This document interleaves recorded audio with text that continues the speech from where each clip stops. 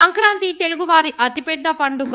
సూర్యుడు ధనుస్సు రాశి నుంచి మకర రాశిలోకి ప్రవేశించే రోజును పురస్కరించుకొని జరుపుకుంటారు. ఇది పంటల పండుగ. కుటుంబ సభ్యుల అనుబంధాన్ని పెంచుతుంది. ఇందులో భోగి, సంక్రాంతి, కనుమ అనే 3 ముఖ్యమైన రోజులు ఉంటాయి.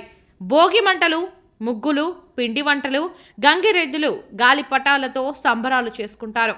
దాన ధర్మాలు చేయడం వల్ల పుణ్యం లభిస్తుందని నమ్ముతారు.